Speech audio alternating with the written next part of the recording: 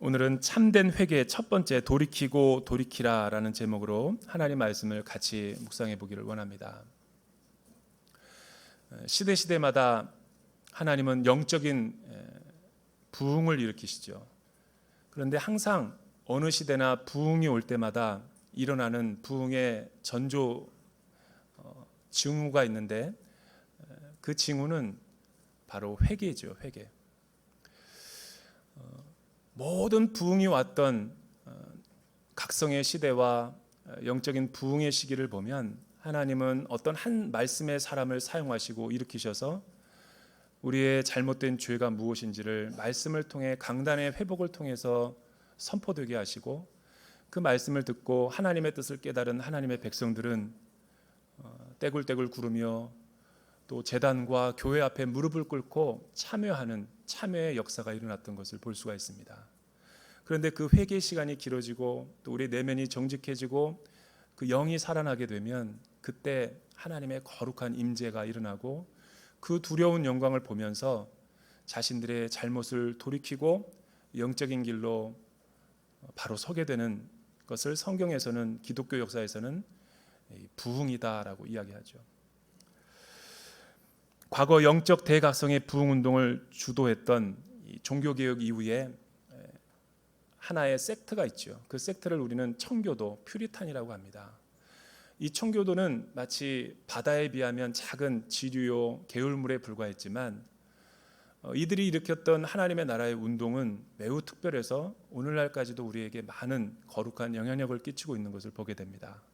영국과 유럽을 중심으로 해서 일어났던 이 거룩한 청교도 운동들은 그 많은 숫자에 있어서는 많지는 않았지만 이들은 늘 모일 때마다 하나님의 올바른 뜻이 무엇인지를 묻기 시작했고, 그 경건을 유지하기 위해서 자기들만의 특별한 이 매뉴얼과 경건의 훈련을 통해서 많은 사람들에게 영적인 유산을 나눠줬죠. 그래서 청교도들은 가장 이 민감하고 또 중요한 이 영적인 특징들을 그들은 후손들에게 가르쳐 주었는데, 그 부흥운동을 주도했던 유명한 사람 가운데 이 리차드 백스터라고 하는 목사님이 계시죠. 영국의 목사님이신데 종교개혁의 아름다운 유산들을 끝까지 이 경건성을 후대에 물려주고 싶어서 그분은 많은 저술 활동을 했죠. 그분이 쓴 책 가운데 회심이라는 책은 놀라운 이 부흥뿐만 아니라 많은 오고 가는 세대 가운데 거룩한 영향력을 미쳤죠. 리차드 백스터 목사님은 부흥이 지난 개혁운동이 일어나고 종교개혁이 일어나고 100년이 지난 이 영국 교회 안에 많은 이 종교적이고 잘못된 행동들, 참된 회개 역사가 일어나지 않는 모습을 개탄하면서 이 회심이라는 책을 썼는데,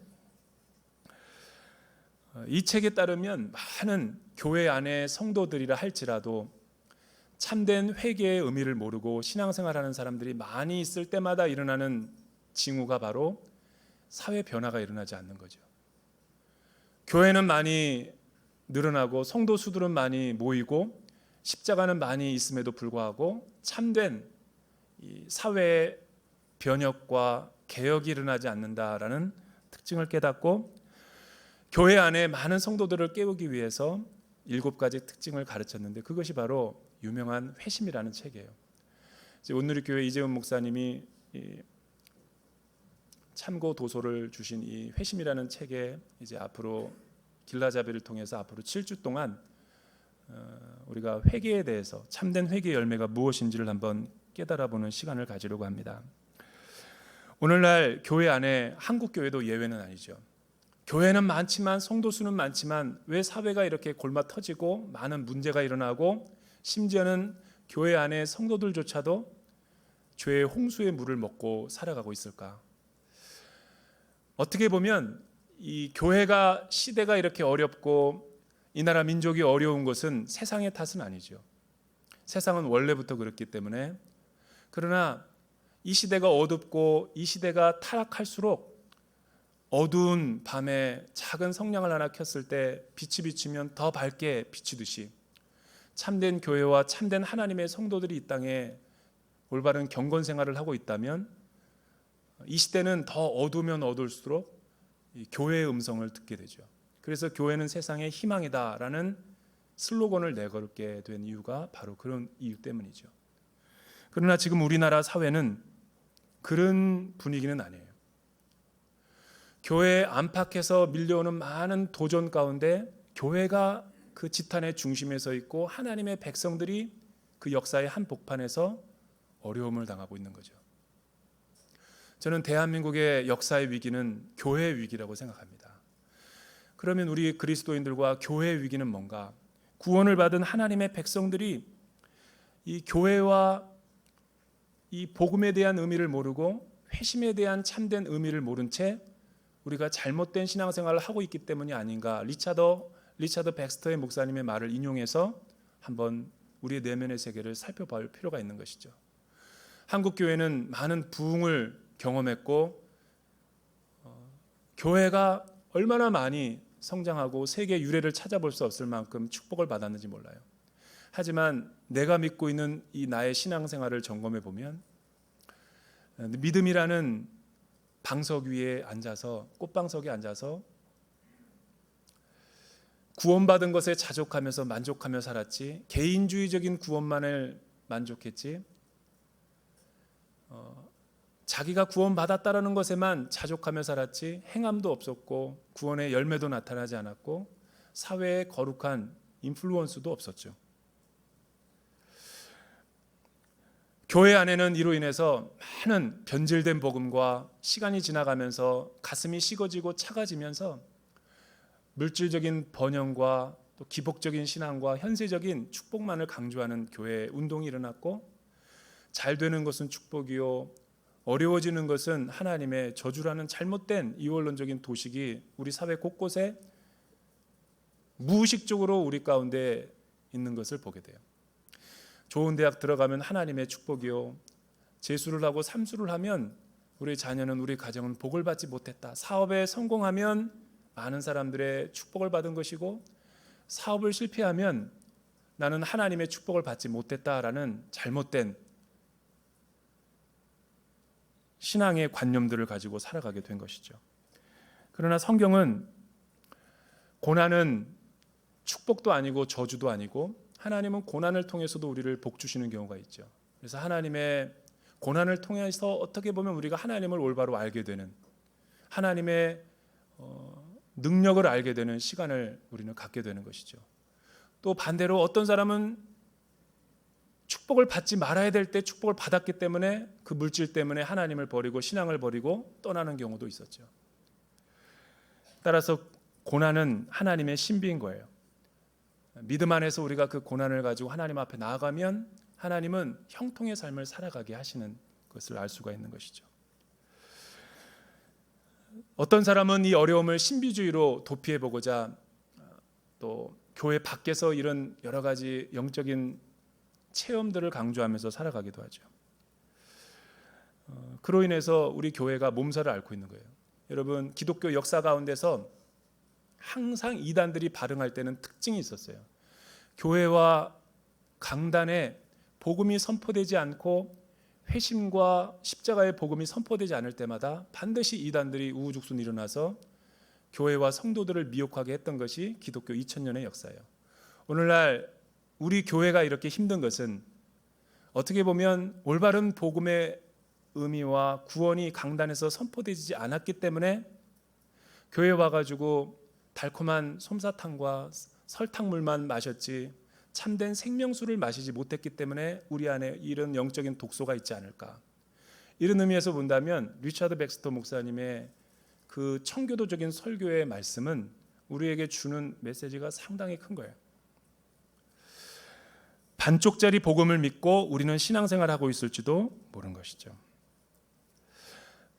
여러분 복음이라는 것은 말씀을 듣고 십자가 아래서 내가 하나님 앞에서 죄인이다라는 것을 깊이 인식하고 그 죄인됨을 깊이 인식한 만큼 하나님의 구원의 감격과 또 은혜를 깨닫고 새로운 출발을 하게 되는 것을 회개라고 하는 것이죠. 그런데 우리 시대는 잘못된 복음이 우리 가운데 있죠. 한 번 구원을 받으면 우리 믿는 사람들은 죄를 짓지 않는다. 우리의 구원은 영원히 하나님 앞에 가지게 된다. 혹은 은혜를 더 크게 받기 위해서 죄를 많이 짓자. 이런 예들은 성경에도 많이 나타나는 잘못된 복음의 케이스들인 거예요.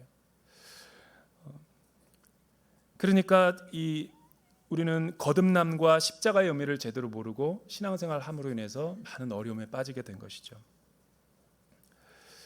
사람들은 이 죄에 대해서, 회개에 대해서 이야기할 때 왜 회개를 잘 못하게 되는가 이유를 보면, 우리는 회개라는 것이 내가 스스로 할 수 있다라고 생각하기 때문에 회개에 대해서 그렇게 깊이 있게 생각해 보지 않게 되는 거죠. 오늘날 성도들은 내가 회개에 대해가 잘 안 되는 이유는, 회개는 너무나 무겁고 중요한 주제이기 때문에 의미 깊게 듣지를 않기 때문이죠.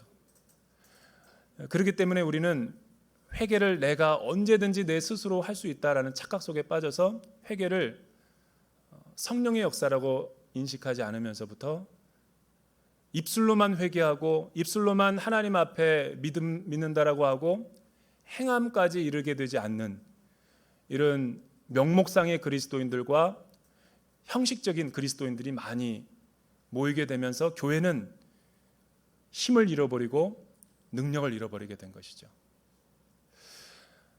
여러분, 회개는 이런 것과 마치 같은 거예요. 회개는 내가 하는 것이 아니라 성령님이 내 마음에 성령의 빛을 비춰줘서 우리는 하나님 앞에로 돌아가고 싶은 마음이 임하는 것이죠.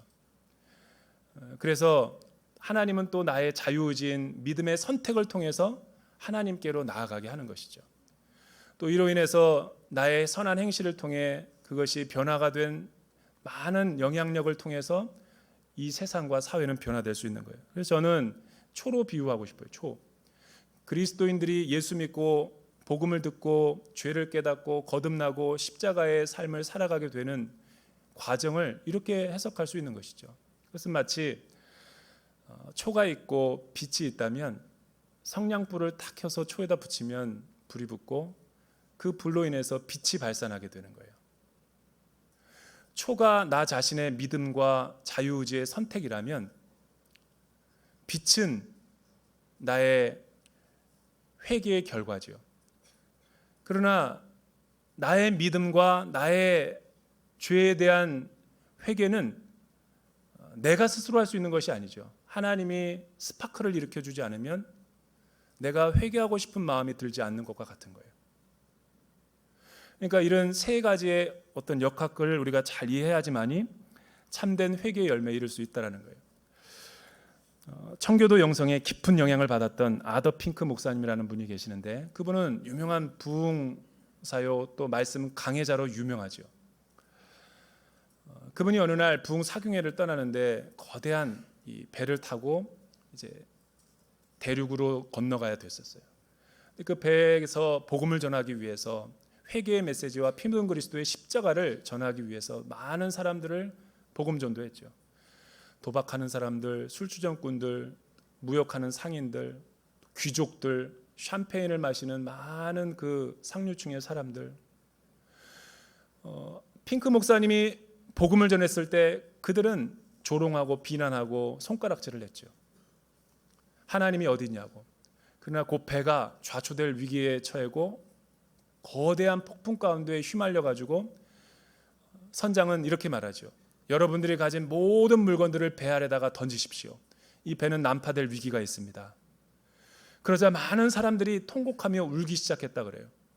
아더 핑크 목사님의 일기장을 보면 그의 구원론의 해석에 의하면 딱딱하게 굳은 그들의 심령 가운데 복음과 십자가를 전했을 때 회개하지 않고 조롱하던 사람들이 고난이 찾아오고 위기가 찾아오니까 다 살려달라고 외치며 자기에게 찾아왔다는 거예요.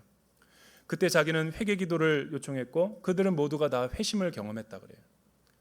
그런데 3, 4일 지나서 마른 날이 오고 태양이 임하자 바다가 잔잔해지자 더 놀라운 사실은 그들이 예전의 삶으로 돌아가 버렸다는 거예요.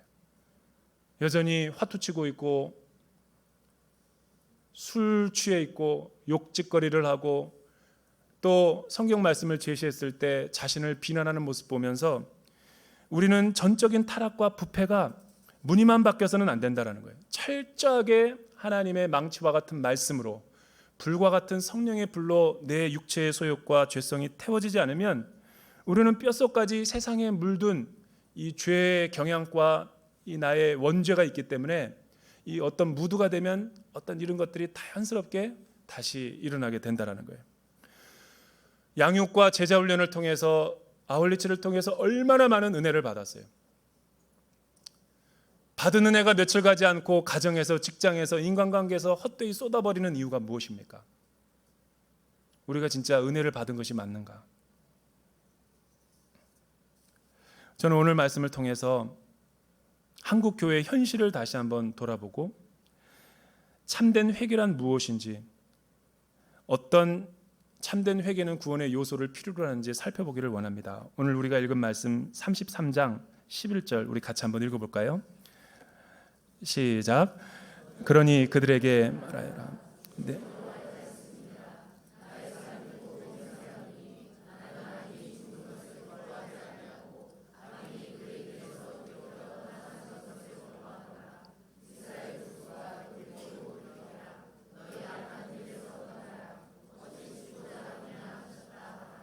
오늘 말씀에서 가장 중요한 이 구절이 있다면 돌이키고 돌이켜라. 이 돌이키고 돌이키라는 말이 의미하는 뜻이 무엇일까요? 저는 이 말씀을 두 가지로 한번 우리가 분석을 해보고 싶어요. 저와 여러분들이 참된 회개의 열매를 맺으려면 이 두 개의 영적인 자세와 구원의 요소가 필요한데, 회개라는 것은 우리가 지금 혼용해서 그렇지 엄격한 의미로 구분하자면 앞에 돌이키라는 것은 우리의 마음을 회심하라는 것이죠. 마음과 생각을 내 죄의 자리, 지금 타락한 자리에서 돌이키지 않고 머물러 있으면 하나님의 즉각적인 심판이 임할 수도 있다라는 무서운 심판의 경고의 메시지인 것이죠. 두 번째로 또 돌이키라는 것은 많은 사람들이 내가 십자가를 믿고 예수님을 믿습니다, 나는 하나님을 믿습니다, 입으로 립 서비스를 한다고 해서 그것이 우리의 진정한 믿음이 될 수 있는지는 아무도 알 수 없는 것이죠. 그래서 복음 전도의 어려움이 바로 여기에 있는 거예요. 우리가 수많은 구령의 열정을 가지고 타문화권에 가서 복음을 전하고 농어촌 선교에 가서 예수 믿으세요 사형리를 선포하고 전했지만 그 기도를 따라 한다고 해가지고 구원이 다 온전히 이루어지는 것이 아니라 그것은 첫 출발이요 시작에 불과하다라는 거예요. 이것이 참된 구원과 회개의 열매를 맺기 위해서는 행동에 회심이 있어야 된다는 것이죠. 그래서 앞에 돌이키라는 것은 우리의 마음과 생각의 회심을 의미하는 것이고, 두 번째 돌이키라는 말은 어떻게 보면 회개의 온전한 열매인 우리의 행함의 변화를 요구하는 것이죠. 그래서 우리가 참된 회개의 열매를 맺기 위해서는 과거로부터의 회심이 있어야 되는 거예요. 왜 대부분의 많은 사람들이 교회에 나와서 예배를 드리고 또 신앙생활을 하지만 내 안에 구원의 감격과 기쁨을 잃어버렸을까? 우리의 내면을 살펴보면 깊은 나의 그 영혼의 중심에 들어가서 하나님의 말씀 앞에 정직하게 비춰보면 내 회개의 삶이 상당히 어그러져 있고 회개의 의미를 정확하게 인식하지 못하고 있는 나의 신앙의 상태를 보게 되는 것이죠. 지금 이스라엘 백성들은 587년에 유대가 이스라엘이 바벨론에 의해서 멸망을 당했고 바벨론 포로로 이끌려가는 과정에 1차, 2차, 3차로 다니엘이 이끌려갔고 그 다음에 25살의 나이에 에스겔서를 쓴 에스겔 청년이 1100km가 넘는 이방 땅에 포로로 끌려가서 그발 강가에 앉아 있는 것이죠. 여러분 597년 그 여호야긴의 시대 가운데 활동했던 이 에스겔 선지자가 도탄에 빠진 이 나라 민족의 현실을 보면서 왜 이 나라 민족이 이렇게 이방 민족의 포로 생활을 하게 됐고 그 나라 민족 가운데서 멸망당하게 됐는가를 생각하면서 더 이상 소망도 미래도 없는 현실 가운데 절망하고 있을 때 하나님의 빛이 그에게 임한 것이죠.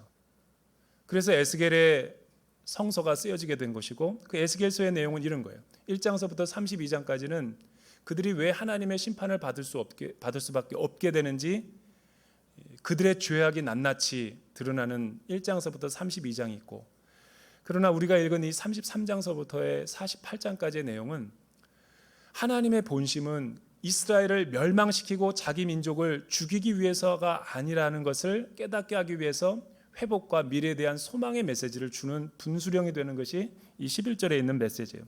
리처드 백스터 목사님도 이 11절을 가지고 강론을 하면서 7가지 주제로 우리가 어떻게 하면 참된 회개의 열매를 맺을 수 있는지를 강의를 하고 있는 것을 보게 되죠. 히브리어 슈브라고 하는 이 단어는 고치다, 개심하다, 혹은 내가 지금까지 살아오던 방향과 정반대로 돌아가다라는 의미가 있는 거예요. 이것이 예수님 시대 때 오면 회개하라, 천국이 가까웠다라고 할 때 그 회개의 헬라어 메타노이아랑 정확히 상응하는 단어라는 거예요. 이 회개라는 슈브라는 원래 뜻이 뭔가? 그것은 내 입술로만 내가 잘못했습니다, 회개합니다라고 하는 고백이 아니라는 거예요. 물론 과거로부터 내가 잘못 살아왔다라는 죄에 대한 인식, 깨달음, 그것을 갖는 것은 굉장히 근본적이고 중요한 거예요. 내 마음에 내가 잘못 살아왔다라는 것을 깨닫는 것은 중요한 거예요. 하지만 그것이 온전한 회개가 아니라는 거예요. 그래서 저는 이렇게 말씀을 정리하고 싶어요. 회심과 회개라는 단어는 많이 혼용되고 있지만 온전한 의미에서 보면 회심은 마음을 돌이키는 것이고 행동의 변화는 회개라는 거예요. 만약에 내가 마음으로만 깨닫고 입술로만, 머리로만 하나님을 믿어야 되겠다, 내가 하나님께로 돌아가야 됐다라는 것을 안다면 우리는 복음을 온전히 깨닫지 못하는 것이죠. 지금 이스라엘 백성들이 에스겔 선지자가 복음을 막 선포하고 너희들이 왜 이렇게 됐는지를 지금까지 살아온 날들을 돌이켜보고 우리의 우상 숭배와 우리가 하나님의 말씀을 청종하지 않고 순종하지 않았다라는 것을 선포했을 때 내 죄가 무엇인지를 말씀을 비춰보지 않으면 내가 알 수 없는 것이죠. 그 말씀을 통해서 내가 깨닫는 것은 분명히 중요한 과정이지만 거기에만 머물러 있으면 우리의 신앙은 참된 회개의 열매에 도달할 수 없다라는 것이 에스겔 선지자의 메시지라는 거예요. 회개는 분명한 원칙이 있죠. 성경에서 말하는 참된 회개란 3가지의 의미를 내포하고 있는 거예요. 첫째는 참된 회개라는 것은 인간이 자연히 스스로가 할 수 없는 거예요. 두 번째, 참된 회개는 성령님이 우리에게 회개하고 싶은 마음을 주시는 거라는 것이죠. 세 번째는 내가 마음만 먹으면 언제든지 회개할 수 있다라고 하는 것은 참된 회개가 아니라는 거예요. 그래서 오늘 말씀을 보면 마가복음 1장 15절에도 우리 주님께서 그렇게 말씀하시는 거죠. 때가 찼고 하나님의 나라가 가까이 왔으니 회개하고 복음을 믿으라. 왜 하나님의 나라와 복음을 믿기 위해서는 회개가 전제되어야 된다라고 우리 주님이 말씀하고 있을까요? 그것은 먼저 내가 하나님 없을 때 과거의 비참한 모습을 내가 보지 못하면 회개하고 싶은 마음이 내 안에 일어나지 않기 때문이죠. 두 번째로 구원을 받으려면 무엇으로 향하는 회심이 있어야 되는 거예요. 그러니까 첫 번째 구원은, 회심이라는 것은 구원을 받으려면 과거로부터의 회심이 있어야 되는 거예요. from이죠, from. 과거의 내 모습으로부터 떠나지 않으면 회개가 아닌 것이고, 그러나 여기에 회개는 머무르는 것이 아니라 슈브, 메타노이아라는 뜻은 새로운 미래로 하나님이 주시는 새 생명의 삶을 향해서 나아가야 되는 그 길이 바로 슈브, 참된 회개라는 거예요. 여기에는 우리의 올바른 선행과 행실과 윤리적인 삶이 요청되고 있는 것이죠. 마치 여러분들이 운전을 하다가 유턴을 해야 되는데 내가 지금까지 살아온 방향이 잘못됐다는 것을 알고 그 자리에서 돌아서야 된다는 거예요. 돌아서야 되겠다라는 생각이 없으면 우리는 계속 그 자리에, 죄악된 자리, 과거의 자리에 머물러서 내 신앙의 진보를 이루지 못하는 것이죠. 그러나 돌아서는 것도 잘한 회심이지만 성령님이 주시는 은혜와 또 풍성한 또 깨달음을 통해서 우리는 계속 하나님이 우리에게 제시해 주시는 새로운 새 생명의 길로 떠나는 것이 참된 이 구원을 완성하는 길이고 참된 회개의 열매를 맺는 길이라는 거예요. 만약에 이런 회개를 등한시하고 회개의 열매 맺기를 주저하면서 제자 양육과 제자 훈련과 공동체 안에서 살아가지 않고 교회 안에서 예배드리지 않으면 구원을 받았다 할지라도 설사 그 영은 자라지 않는 거예요. 나는 포도나무요 너희는 가지니 내가 저 안에 저가 내 안에 있으면 이 사람은 과실을 많이 맺나니 나를 떠나서는 너희가 아무것도 할 수 없느니라. 붙어 있는다라는 게 무슨 말입니까? 계속해서 하나님 앞에 진액을 뿜어서 영양 공급을 받고 생장하고 성장하는 것, 하나님의 품 안에 그리스도 안에 머물러 있게 되는 것, 그때야 우리가 진정한 성장과 성숙, 새 생명의 삶을 경험할 수 있다는 것이죠. 회개란 무엇입니까? 저는 누가복음 1장 누가복음 우리가 탕자의 비유에서도 그렇고 하나님을 만나고 인격적인 변화의 삶을 산 사람들은 내가 아버지의 집으로 돌아가야 되겠다라는 것을 깨달은 것은 은혜요 축복이고 믿음의 시작이죠.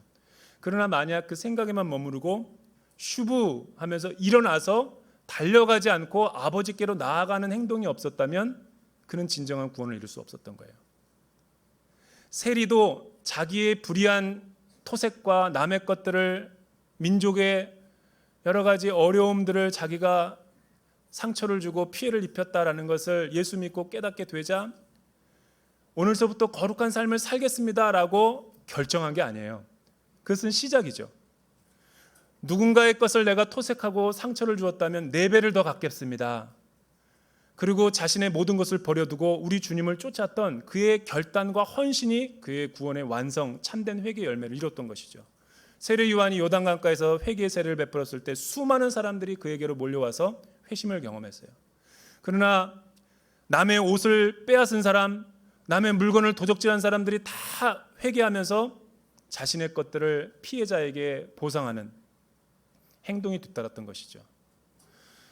어느 때부턴가 우리나라가 미국에서 일어난 미투 운동이 각계 사회, 정치, 경제, 종교뿐만 아니라 우리나라를 완전히 지금까지 이렇게 2년 동안 이런 사회 분위기로 만들었죠.